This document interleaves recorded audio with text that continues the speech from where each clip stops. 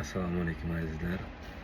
Bugun men bir sizlarga bitta hikoya aytib bermoqchiman-da. Endi o'zim eshitdim, ta'sirlanganim uchun sizlarga ham ilgim keldi. Qarang, eshitib tursangiz, eng qiziq joyi oxirida bo'ladi buni. Mana o'zi eshitguncha o'zi miyam portlab ketadi-da. Bir kuni bir zamonlarda, endi ertaksimon hikoya, bir zamonlarda laycha bo'lgan ekan.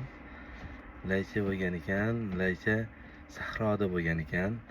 Sahroda yursa, bir uzoqdan bir leopard kelayotganini ko'ribdi. Leopard kelayotganini ko'rgandan keyin laycha tabiiyki u dovdirab qoladi.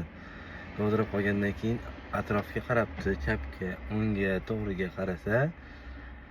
qarabdiki, u leopard yegan hayvonlarni suyaklari yotgan ekanda. Endi leopard yaqinlashibdi. Endi laycha qochaman desa, leopard bitta tutib yeb qo'yishi mumkin u laychani. U laycha juda aqlli bir hiyla tutibdi-da. Keyin leopard go'yoki ko'rmaganday qilib, leopard kelayotgan tomonga teskari qaragan holda ammo suylarni yeb turgan ekanda. Keyin yaqinlashganini sezgan zahotiyoq aytibdiki, "Oh, naqadar bu shirin bo'lmasa bu leopardni go'shti, lekin sal to'ymay qoldim-da" debdi. Endi gapni eshitgandan keyin leopard dovdirab qolibdi-da. Endi leopard kuchli hayvon, katta, bilamiz-ku. Undan keyin u sirazi orqasiga qarab qochib daraxtga chiqibdi. Daraxtga chiqib olgandan keyin meni ham yeb qo'ymasin degan maqsadda chiqib qoldi-da u ham. Undan keyin u ishni kuzatib turgan bir chekkada maymun bor ekanda.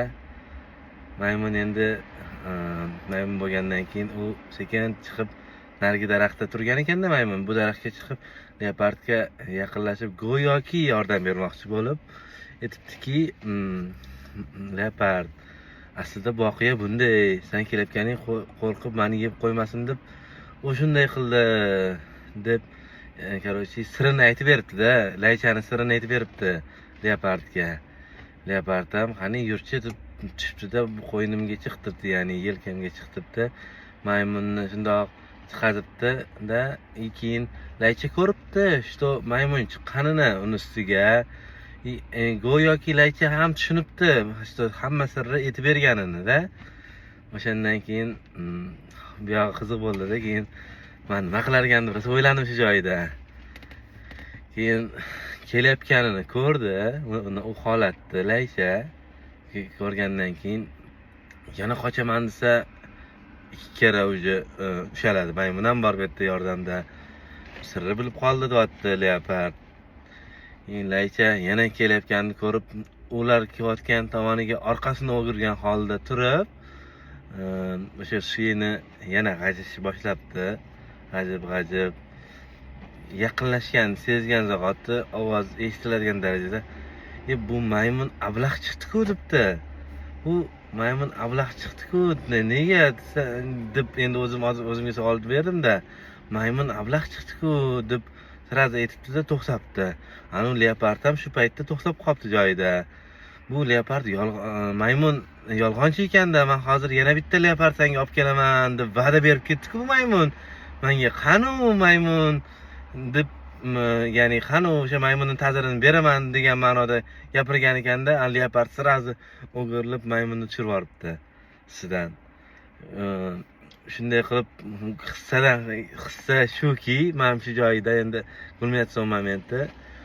Hissa shuki deydi, bu yerda birinchi oladigan narsamiz-da, bu endi hikoya, bu qisqa hikoya. Birinchi oladigan narsamiz bu yerda что har doim qo'rqmaslik kerak. Birinchi o'rinda qo'rqmaslik kerak. Ikkinchi o'rinda har qanday vaziyatda tez fikrlashni bilish kerak. Ya'ni yo'l topishni bilish kerak. Ya'ni laycha bo'ling demaymiz, chunki laycha aqlli yo'l qildi, juda tez yechim qildi bu yerda. Ikkinchi marta kelganida ham, birinchi marta kelganda ham, ya'ni qochishni bilmadi, o'zi dovdirab qolmadi, lekin juda aqlli yechim qildi. O'sha narsani aytmoqchiman. Tez fikrlashni bilish kerak. Keyin uchinchi oladigan narsamiz bu yerdan, har bir odammi bo'ladimi, boshqa joyda bo'ladimi, hamma o'zini vaziyatiga bu narsani oladi. mana shu narsani olgandan keyin har bir odamni o'zini quroli bilan o'zini urishni bilishi kerak. Mana o'zi qurol bu deb keldi, endi ana maymun ustiga chiqib olib, misol uchun leopardni yedirmoqchi bo'ldi laychani. Lekin laycha maymun bilan leopardni urib qo'ya qoldi-da. Bu o'zi bunday qaraganda juda kichkina hayvon. Misol uchun laycha kichkina. Endi sog' bo'lasizlar, omon bo'lasizlar. Endi qanaqa aytib berdim sizlarga o'zim qo'limdan kelganicha.